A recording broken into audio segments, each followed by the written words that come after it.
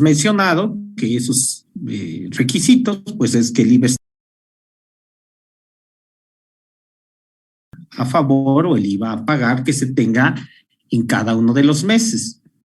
Quedamos también de que el IVA es un impuesto definitivo mensual, de tal manera que hay que hacer la determinación definitiva en cada mes. Por eso es importante que cada mes se cierre cada transacción, porque el IVA no se paga en pagos provisionales a cuenta del anual, sino que es un impuesto definitivo mensual. Dicho esto, pues nos vamos a encontrar entonces con que la importación prácticamente elimina todos estos conceptos que acabo de decir. No hay traslación del impuesto y tampoco interesa el concepto de efectivamente pagado. Es decir, si una compra se realiza del extranjero y se acuerdan $10,000 por una mercancía y entonces damos de anticipo un 10% para que se envíe la mercancía, en realidad para efectos del cálculo del IVA de importación no es relevante si la mercancía ya se pagó. Acabo de decir que el artículo 1B es muy importante, el concepto de efectivamente pagado. Clarifico entonces que es importante el concepto de efectivamente pagado exclusivamente para los 3 primeros actos grabados del artículo 1 y no así para la fracción cuarta que se refiere a importación. No va a ser relevante entonces si le pagamos ya al proveedor. ¿Qué es lo relevante en importación? Presentar las mercancías ante la aduana. Y por eso a la vista tienen ustedes el artículo 24, fracción primera. ¿Cuál es el hecho generador de la contribución? La presentación de las mercancías ante la aduana. Artículo 24, fracción primera, la introducción al país de bienes. Quiere decir entonces que la fracción primera se refiere a bienes tangibles. Vamos a ver ahora mismo que el concepto de importación es muy amplio. Tenemos la fracción primera, ahí vamos. Tenemos la fracción segunda, la tercera, la cuarta y la quinta. ¿Por qué hay tantas fracciones? ¿Por qué es necesario distinguir tanto en importación? A eso lo vamos a ver el día de hoy. Quiere decir entonces que el concepto de importación para efectos de la ley del IVA es un concepto amplio. No podemos resumir o reducirnos a un solo concepto, sino que viene una réplica de los anteriores, primera, segunda y tercera fracción del artículo 1. Ahora lo explico. Pero para entender la importación de bienes tangibles, tratándose de importación, resulta que hay un concepto que hay que tratar rápidamente. La introducción al país de bienes, y dice, también se considera introducción al país.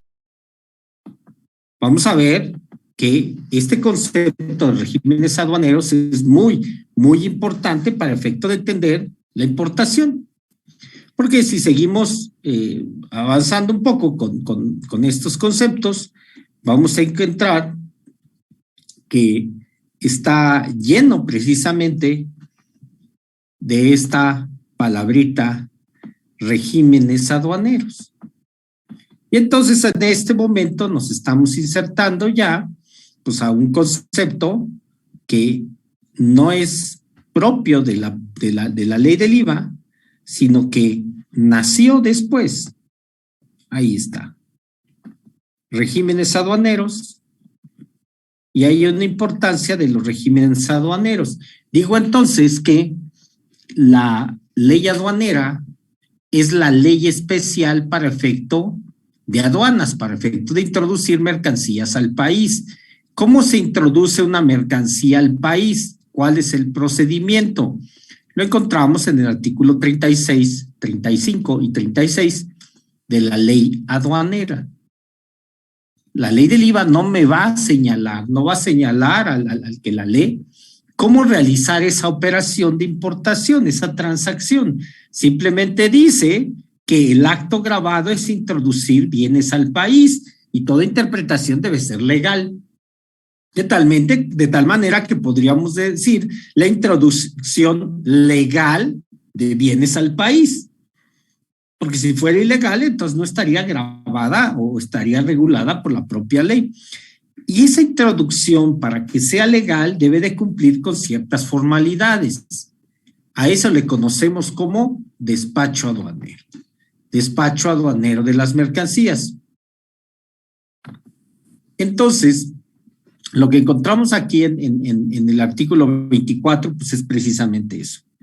Una regulación, una forma en que se tributa en materia de IVA, pero sin un procedimiento claro acerca de cómo introducir las mercancías, porque no las vamos a encontrar en la ley del IVA. Digo entonces, reitero, que la ley del IVA no es la ley especial, no es la ley particular, sino será la ley aduanera. Artículo 1 de la ley aduanera, el propósito es regular las formalidades, establecer las formalidades para el ingreso de mercancías a territorio mexicano. ¿Cómo se dan esos? Bueno, entonces la ley del IVA tiene que reconocer que hay una formalidad y esa formalidad se da a través de los regímenes aduaneros. Definición entonces de regímenes aduaneros. ¿Qué es un régimen aduanero? Los regímenes aduaneros en plural son alternativas fiscales, ¿sí? Cuando hablamos de comercio exterior y nos metemos a este mundo del comercio exterior, pues encontramos que hay muchas formas de abordaje. Hay un área comercial, hay un área de promoción de las exportaciones, también podemos encontrar formas de pago internacional, logística internacional. Hay muchas áreas que se involucran en el comercio exterior. Para estos efectos, para nuestros efectos, lo vamos a ver desde un punto de vista fiscal, porque somos contadores y porque estamos ahora en la coordinación de fiscal, de contribuciones, de tal manera entonces que el abordaje que le damos será puramente fiscal. ¿Qué son los regímenes aduaneros? Son alternativas fiscales. Han visto que existen esas asignaturas, incluso aquí en la facultad, y entonces, pues, esas alternativas fiscales son opciones, ¿no? De tal manera que cuando se ve una planeación fiscal, pues se ven las alternativas que tiene un contribuyente para pagar los impuestos. A eso se refiere a alternativas fiscales, lo uso en ese contexto. Opciones, alternativas. Hay varios caminos, hay varias figuras que puedes aplicar legalmente para introducir las mercancías al país. No es una sola. Y al tener diferentes alternativas, pues entonces cada una tendrá una fiscalidad distinta. Y entonces, si alguien ha tenido ya oportunidad de revisar los libros que sugerí, presento una clasificación de los regímenes aduaneros. Pensando en la materia fiscal y pensando en lo que le hace falta, lo que requiere un contribuyente, pues regularmente es, ¿debo pagar o no el impuesto? Entonces hago una clasificación de los regímenes aduaneros en los que pagan y en los que no pagan. Quiere decir que hay regímenes aduaneros en los cuales no se pagará el impuesto. Y entonces, pues de inmediato pudiera resultar interesante. Oye, ¿cómo le hago para importar una mercancía sin tener que pagar el arancel aduanero o sin tener que pagar el impuesto al valor agregado? Vamos a ver que esto no es un tema simple, ¿no? No es que sea confuso, pero utilizo esa palabra para decir que no es simplón, no es, pues pagar o no pagar, decido no pagar, pues mira, soy un gran fiscalista. En realidad tiene aparejadas muchas consecuencias. Lo primero entonces que hay que entender es que el contribuyente, el importador, tiene muchas opciones. Tiene varias alternativas. Cuando se presenta una mercancía en la aduana, no solo es introducir y pagar, sino que distinguimos la declaración respecto del pago. No es lo mismo. Los contadores lo entendemos bien. ¿Por qué no has presentado tu declaración anual? Porque no tengo dinero. Pues es posible que regularmente suceda. tengo que presentar mi declaración y me arroja un saldo a pagar. Pero dinero, acabo de señalar que declarar no es sinónimo de pagar. Lo que sería una ilegalidad, lo que sería un contrabando es ingresar mercancías al país sin manifestarlas, sin declararlas. Pero puedo tener una opción, programas de diferimiento de aranceles, que son precisamente, como su nombre lo dice, programas, alternativas, mecanismos que establece el Fisco Federal para que declares y se pospone el pago fiscal. No es que estés exento, simplemente es introduce ahora, paga después, libera tus mercancías de la aduana y después puedes pagar. ¿Es eso posible? La respuesta es sí, por supuesto. Para eso estamos aquí y voy a procurar enseñarles esas alternativas. Ahora lo que tenemos que entender entonces es que al existir diferentes mecanismos para poder ingresar las mercancías, pues entonces tenemos que atender a esas alternativas para poder determinar el impuesto al valor agregado a pagar tratándose de importación. Sí, Michelle. Profe, ¿puede repetir el nombre del programa de dice que es de aranceles? Sí, es programa de diferimiento de aranceles y ahí les va.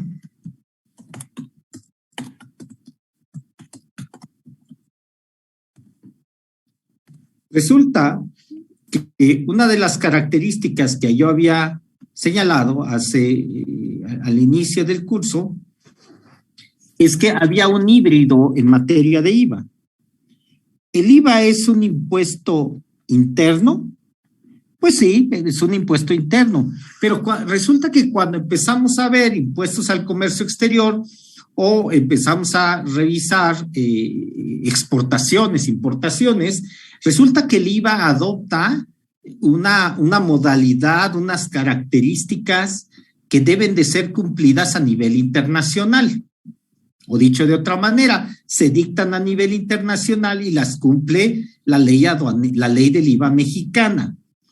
La conclusión entonces es que el impuesto al valor agregado es un híbrido.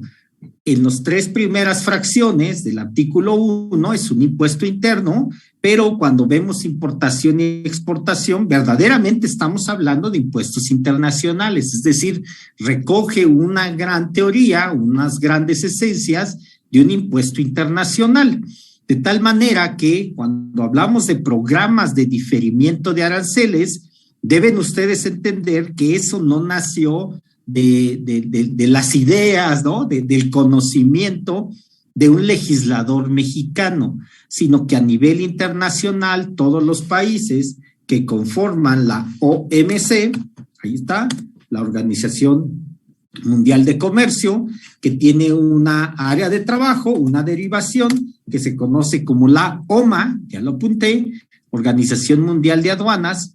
Resulta que todos los países que conforman o que integran la Organización Mundial de Aduanas, pues se reúnen, establecen directrices internacionales para el pago de los impuestos y todos los participantes, todos los países participantes de la OMA los adoptan.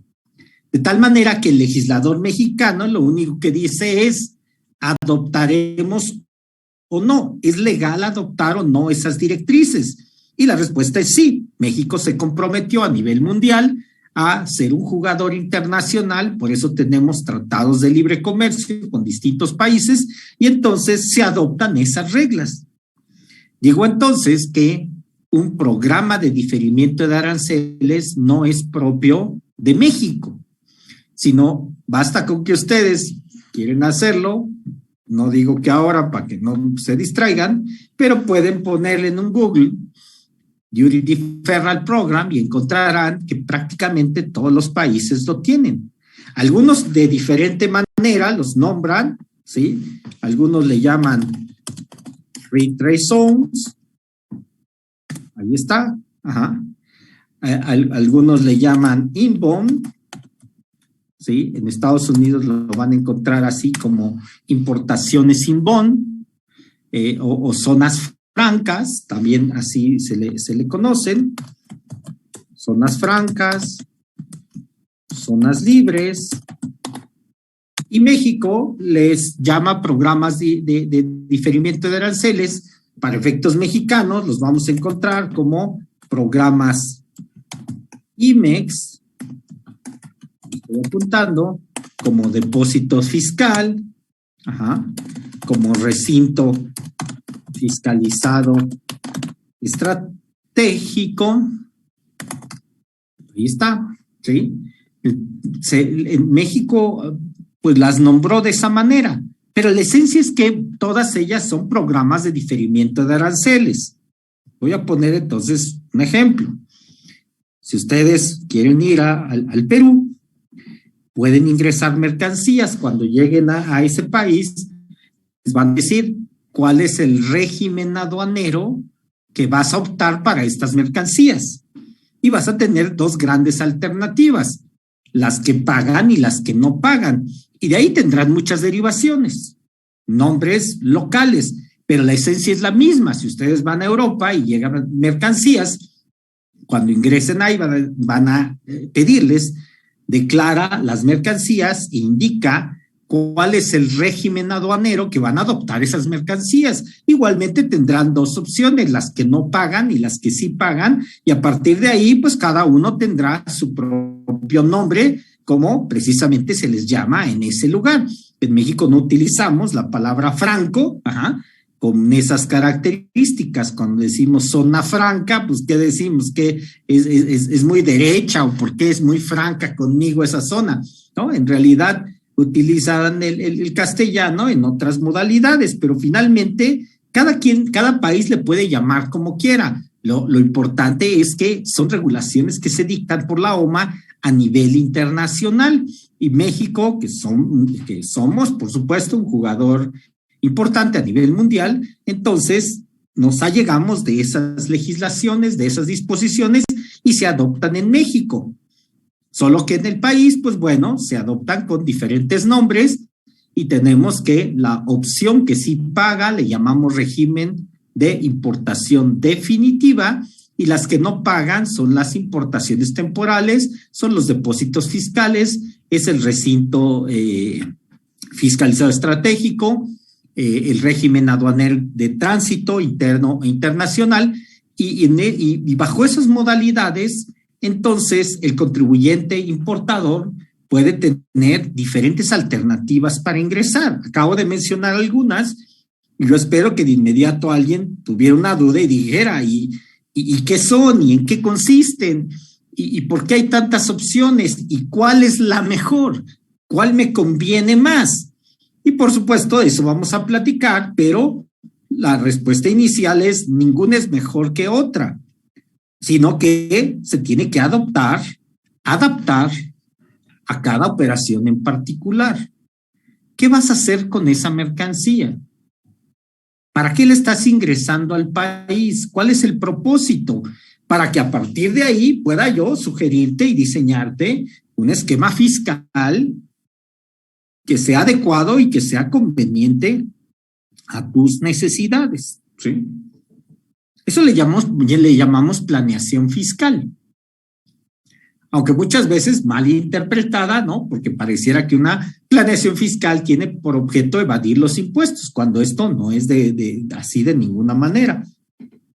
No venimos a la universidad para ver cómo evadimos impuestos, pero en realidad en una administración eficiente, pues vamos a pagar los impuestos que correspondan en el momento que correspondan. Oye, me dan de plazo a pagar el día 17 de cada mes, pues voy a pagar el día 16, aunque alguien dirá, pues yo pago el día 1, no quiero que se me olviden, pero pues otros contadores dirán, pagaré el último día y aprovecharé el dinero y el recurso que tengo. Es cierto que cada quien establece la forma de administración de sus deudas y de sus impuestos que de diferente manera. Pero los contadores, ustedes, todos los que estamos aquí, pues finalmente encontramos, y para eso nos contratan, para adoptar el mecanismo que más le convenga a ese contribuyente en relación con sus ventas que tiene. Ejemplo, tenemos un contrato celebrado con Walmart de México para entregarle 500 sillas. Pero cuando voy a comprarlas al extranjero me dicen 500 sillas te cuestan $1 o $10 cada silla, pero cuando compras arriba de 800 sillas se te hace una rebaja del 10% de descuento.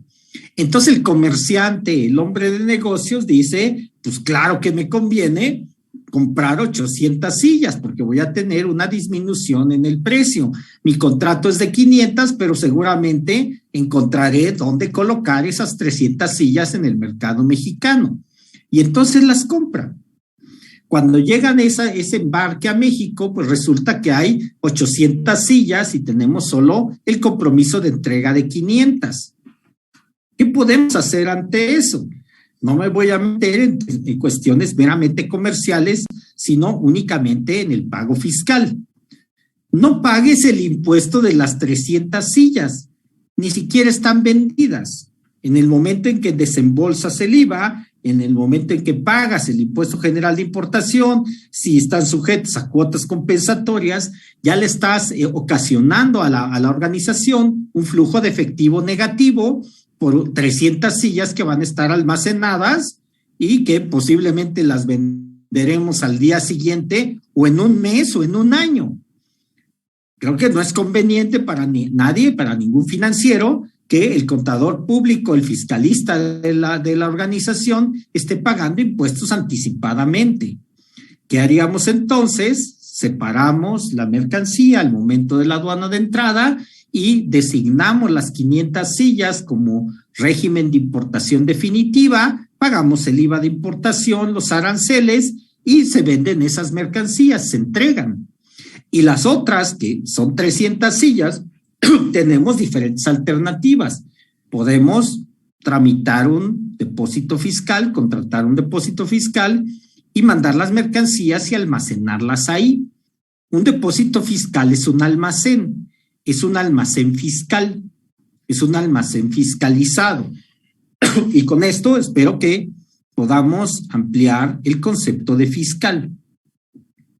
Cuando decimos recinto fiscalizado, un depósito fiscal, pues regularmente tomamos el concepto de fiscal y lo traducimos a impuestos o se hace la traducción a contribuciones. ¿Cómo te fue en fiscal? Bien, sí tuve clase de impuestos. Lo utilizamos como un sinónimo. Fiscal, tributación, impuestos. Todo es un sinónimo. Puedes usarlo así. ¿Cómo te fue? No, pues debo la materia fiscal, no me fue bien en contribuciones. ¿Qué, no sabes impuestos? Lo utilizamos como sinónimo, cuando en realidad el concepto de fiscal es mucho más amplio. El recinto fiscal es una aduana es un recinto fiscal. Un recinto fiscalizado hace las veces de una aduana, pero no nació siendo fiscal. Lo voy a explicar, si quieren, con más amplitud en un momento. Lo único que quiero que quede claro hasta ahora es que el concepto, la palabra fiscal, es un concepto amplio. No es reducido y no lo reduzcan solamente a la materia de impuestos. Entonces, vamos a contratar en el ejemplo, regresando, ya voy Amanda, ahorita dame un segundito.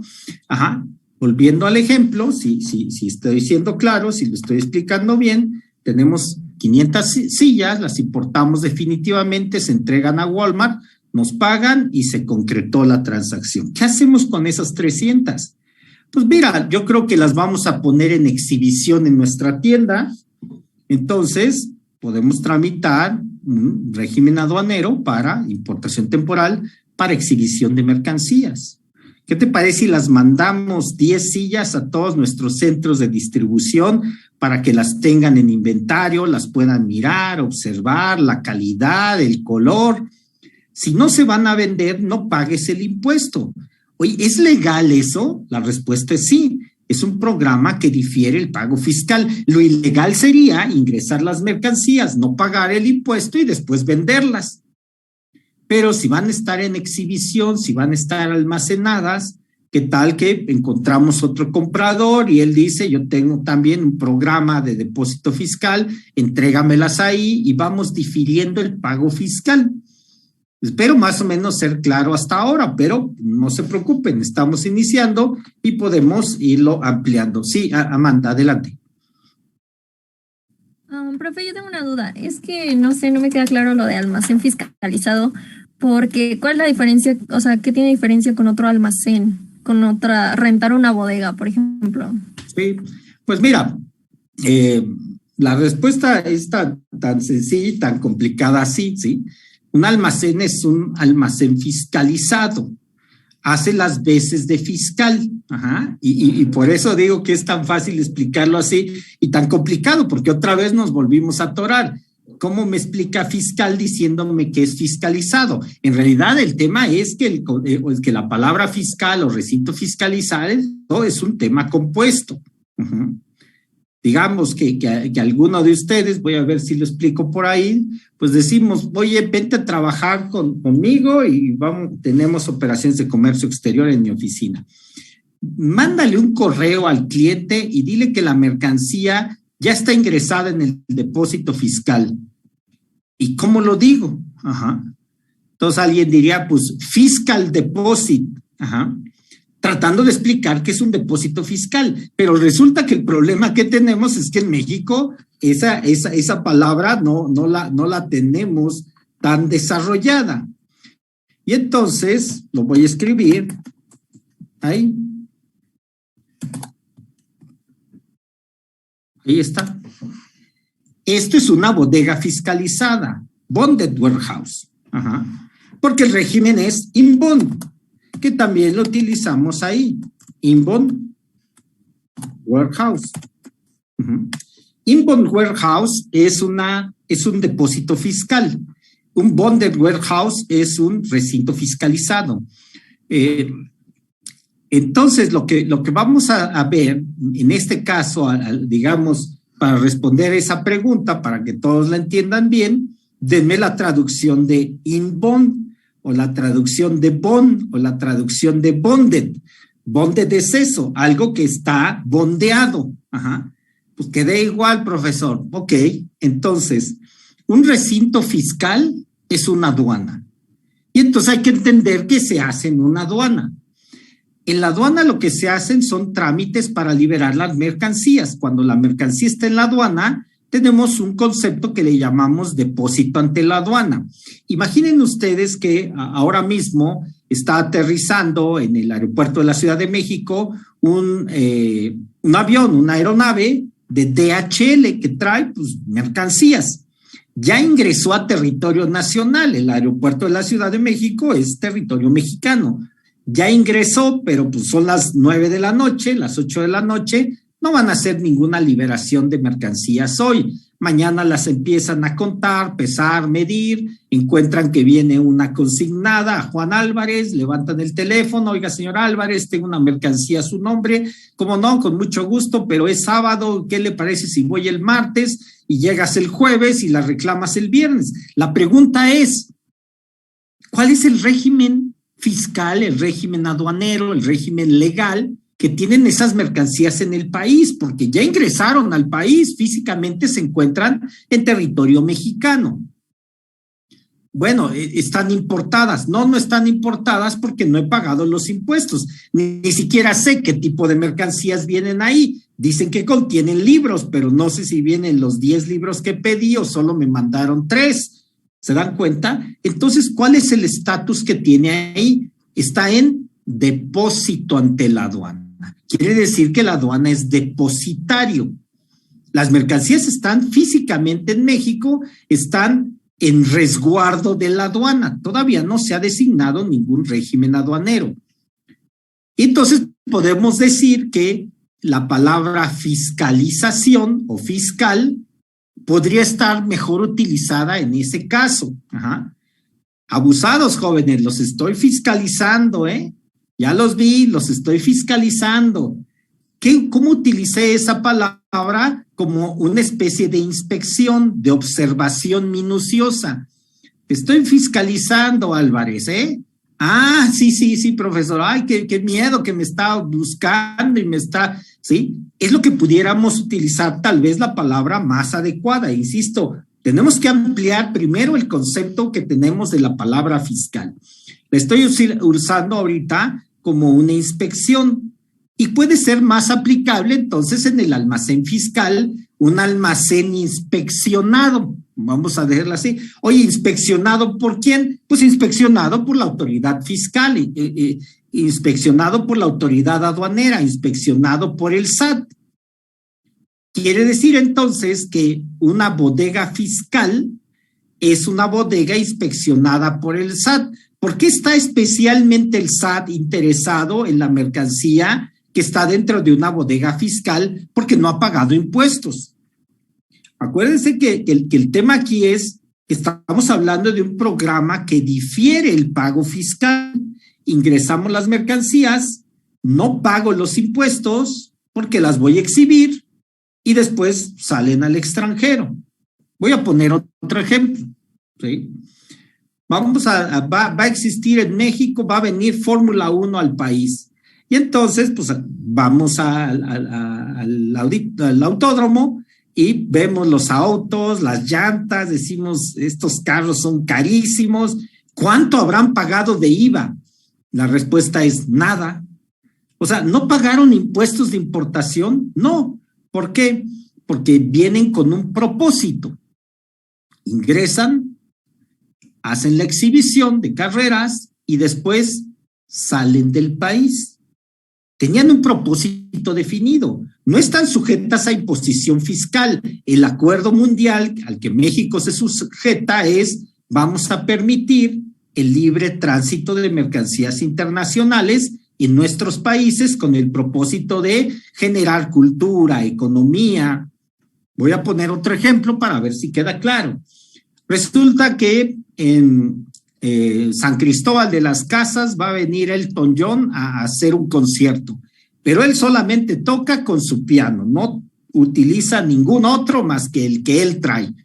Entonces ingresa el piano de Elton John a México, se hace la exhibición, se hace el concierto y después sale del país. ¿Cuánto habrá pagado de impuestos ese piano que ingresó a México, propiedad de Elton John? Pues seguramente habrá pagado muchísimos impuestos, porque yo sé que ese piano vale $1 millón. ¿Cuánto pagará de impuestos? La respuesta es nada. ¿Por qué? Porque ingresa al país con un propósito: brindar un servicio, brindar un espectáculo, al término del cual sale del país. El convenio mundial es que no va a estar sujeto a imposición este tipo de transacciones temporales. Este es el concepto de programa de diferimiento de aranceles. Tiene una razón de ser. Y ese programa de diferimiento puede adoptar muchos esquemas, entre ellos el depósito fiscal, un almacén fiscal o almacén fiscalizado.